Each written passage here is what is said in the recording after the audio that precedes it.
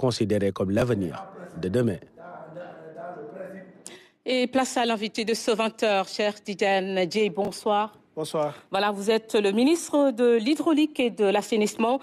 Monsieur le ministre, Dakar accueille les 26 et 27 janvier prochain la réunion préparatoire de haut niveau de la conférence des Nations Unies sur l'eau de 2026. Justement, quelle est l'importance d'abord, monsieur le ministre, de cette rencontre internationale co-organisée par le Sénégal, les Émirats arabes unis en partenariat avec les Nations Unies?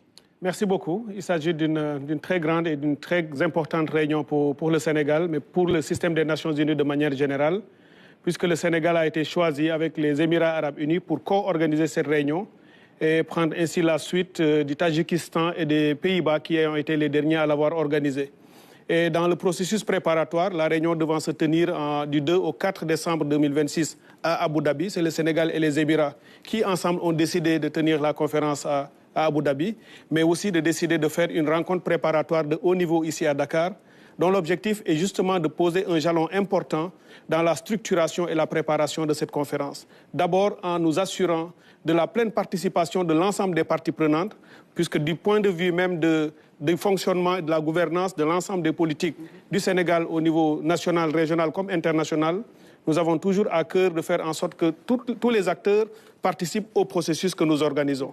Et à Dakar, il s'agit de faire en sorte que les États soient là, tout le système des Nations Unies, le secteur privé, la société civile, les communautés de base, les associations de femmes et des jeunes, pour nous assurer que cette ressource vitale et stratégique qu'est l'eau soit discutée de manière ouverte et inclusive. Mais le deuxième élément également à Dakar, il s'agit de structurer les thèmes des dialogues interactifs. Les Nations Unies ont retenu 6 thèmes qui feront l'objet de débats approfondis ici à Dakar. Le premier, c'est le thème de l'eau pour les populations. Évidemment, on sait ce que représente l'eau dans la vie des peuples. Le second thème étant l'eau pour la prospérité, en quoi et comment on peut faire de cette ressource en eau un levier de développement économique et social. Le troisième, c'est l'eau pour la planète. Dans le contexte de changement climatique, il s'agit de voir comment aussi et en quoi l'eau peut aussi être un levier pour justement régler les questions climatiques. Vous l'avez dit tantôt, monsieur le ministre, la conférence des Nations Unies, le rendez-vous de Dakar prépare justement la conférence des Nations Unies sur l'eau qui vise à accélérer l'accès universel à l'eau et à l'assainissement conformément aux ODD 6. Quelles sont les tendances actuelles ? Alors les tendances, elles ne sont pas tout à fait reluisantes. Et si vous le voulez, comme j'étais en train de citer les thèmes des dialogues interactifs, rien que pour prendre un des thèmes de dialogue sur l'eau pour la coopération, l'eau dans les processus multilatéraux et les investissements dans l'eau, tout ça, lorsqu'on regarde de près, on se rend compte que depuis le lancement des objectifs du développement durable en 2015, perspective 2030, après l'évaluation qui a été faite 10 ans après, donc en 2025, on s'est rendu compte simplement que si la tendance se poursuit telle qu'elle est et qu'il n'y a pas de transformation majeure et des investissements massifs, on arriverait en 2030 sans avoir atteint les objectifs de développement durable. Puisque dans le monde, il y a encore près de 3 milliards d'êtres humains qui n'ont pas accès à des services d'assainissement sécurisés, près de 2 milliards qui n'ont pas accès à l'eau potable et près de 1,7 milliard d'êtres humains qui n'ont pas accès à des services d'hygiène. Et au Sénégal, on a aussi malheureusement les mêmes tendances, puisque lorsqu'on parle d'accès amélioré à l'eau, on a pour le milieu urbain plus de 98% d'accès. Pour le rural, on a 96% d'accès. Mais lorsqu'on voit avec nos statistiques et nos indicateurs les plus pertinents, c'est-à-dire l'accès sécurisé, on est malheureusement qu'autour de 32% pour l'urbain et autour de 20% pour le rural. Puisque la disponibilité de l'eau n'est pas forcément un signe d'accessibilité de l'eau. Lorsqu'on parle d'accès sécurisé, nous, notre jargon, c'est qu'on parle vraiment de l'accessibilité, que les eaux... Et nous parlons de on est encore très faible et il faut faire des efforts. Nous parlons de nous, vous l'avez évoqué tantôt hier, on a vu un sujet ici sur la RTS sur l'accès à l'eau à Matam. Et sur place, les populations buvaient directement l'eau du fleuve sans aucun traitement. Est-ce normal aujourd'hui, selon vous, monsieur le ministre, alors que la ressource est disponible ? Évidemment que ce n'est pas normal. Et c'est pour cette raison que le président de la République, monsieur le Premier ministre et l'ensemble du gouvernement ont à cœur de changer complètement le paradigme. C'est une situation difficile qui a été trouvée, mais depuis l'année dernière, les efforts qui sont en train d'être consentis, d'abord par l'adoption de notre lettre de politique sectorielle, avec un nouveau paradigme que nous allons fonder, mais qui va aussi viser l'accélération pour la résorption du gap. À partir de 2026, on le sait, on avait commencé déjà l'année dernière, mais cette année, nous sommes en train d'accélérer la cadence avec le grand projet d'accès à l'eau dans le milieu rural qui a été initié par le président de la République, mais lancé par le Premier ministre en février de l'année 2025 à Fass Touré. Nous allons mettre dans le pays plus d'une centaine de forages et de nouveaux châteaux d'eau, mais aussi des réseaux d'extension sur des centaines de kilomètres.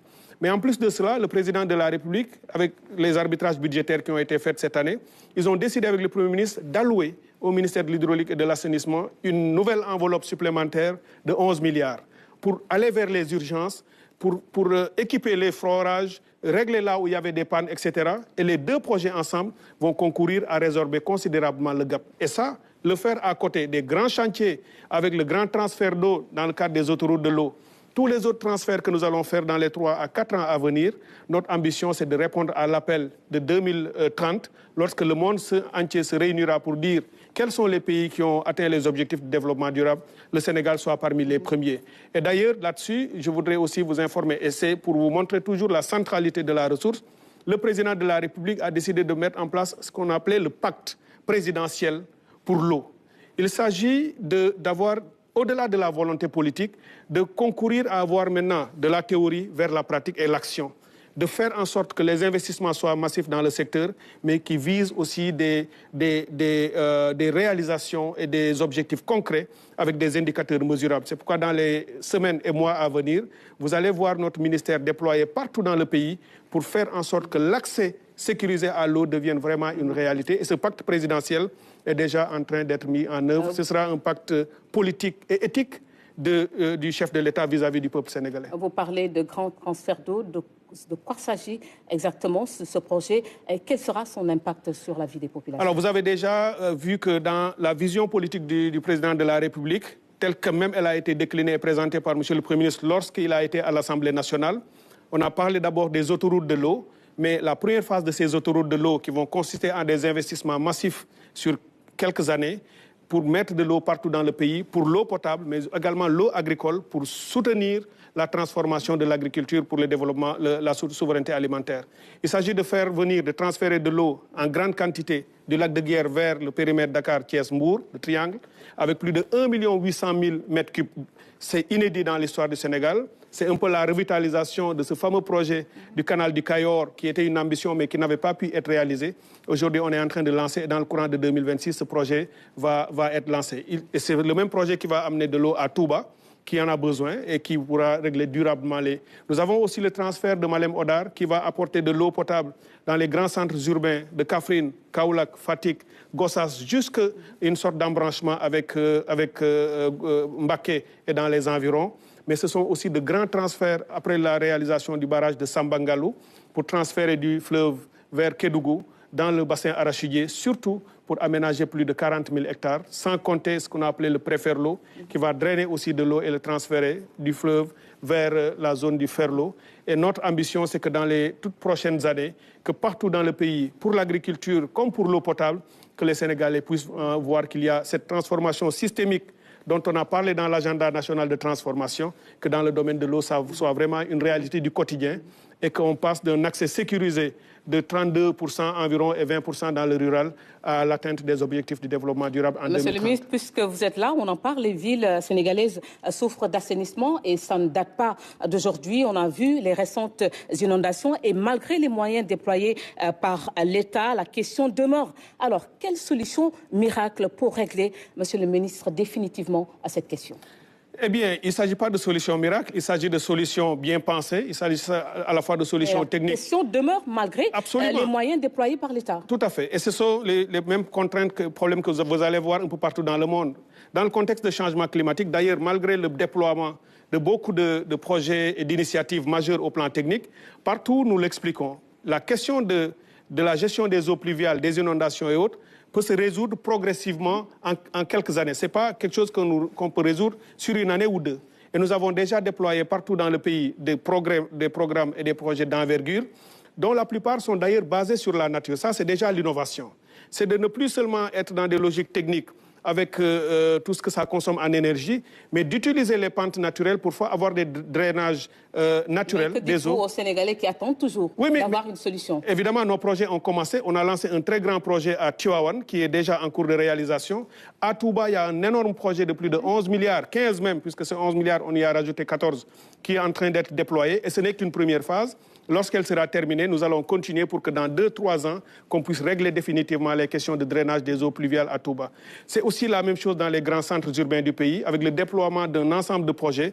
À partir de 2025, on a fait un bout. 2026, on monte en puissance. 2027 et 2028, toutes les régions du pays vont voir de grandes réalisations en matière de gestion, y compris aussi d'ailleurs dans le fleuve Sénégal, avec toutes les localités qui ont connu des inondations. Un système d'installation, de réalisation de digues de protection des villages est en train d'être fait. Et chaque année, il y a quelque chose qui se fera. Évidemment, je l'ai déjà dit, ce n'est pas tout qu'on peut faire tout de suite. Mais avec une bonne planification, nous allons essayer de résorber le gap et de rattraper. Des solutions durables au bénéfice des populations. Venons-en justement à la rencontre prévue donc lundi et mardi. Quels sont les résultats attendus? Évidemment, le premier résultat, comme je l'ai dit tout à l'heure, c'est de faire en sorte que le processus qui nous mènera à Abu Dhabi en décembre de l'année prochaine soit très inclusif. À Dakar, lorsqu'on aura fini la réunion des 2 jours, l'ensemble des gouvernements qui seront présents, on a plus de 128 pays qui se sont inscrits, près de 3000 participants qui seront là pour discuter 6 dialogues interactifs. Sur l'ensemble de ces dialogues, nous voulons en sortir avec des résolutions concertées, conjointement ou co-construites, qui permettront à l'ensemble de ces communautés d'alimenter la réflexion au niveau des Nations Unies. Mais ça, c'est pour nous permettre d'arriver aussi à Abu Dhabi avec des solutions déjà trouvées, une conférence qui va plus seulement reprendre le discursif ou la rhétorique ou le narratif qu'on connaissait avant, mais qui va passer de la théorie à l'action. On en fait beaucoup des conférences internationales. Nous voulons que Dakar marque aujourd'hui une rupture pour qu'en arrivant à Abu Dhabi, on puisse poser sur la table des solutions concrètes et qu'on se donne les moyens de pouvoir les appliquer. Un exemple que je peux donner, c'est sur les investissements dans l'eau.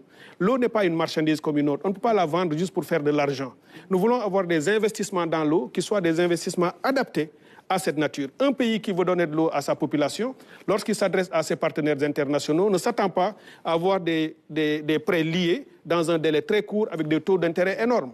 Il faut structurer des prêts à très long terme avec des ressources concessionnelles qui permettent de résoudre la question de l'accès à l'eau potable et donner au gouvernement le temps et les moyens d'en faire beaucoup avec le peu possible. Espérons qu'une large part sera réservée à l'Afrique. Absolument. Une large part sera réservée à l'Afrique et c'est d'ailleurs le rôle du Sénégal puisque c'est un leader au niveau sous-régional avec l'OMVS et l'OMVG. Aujourd'hui, des pays viennent de partout dans le monde pour apprendre de cette expérience de coopération autour de l'eau.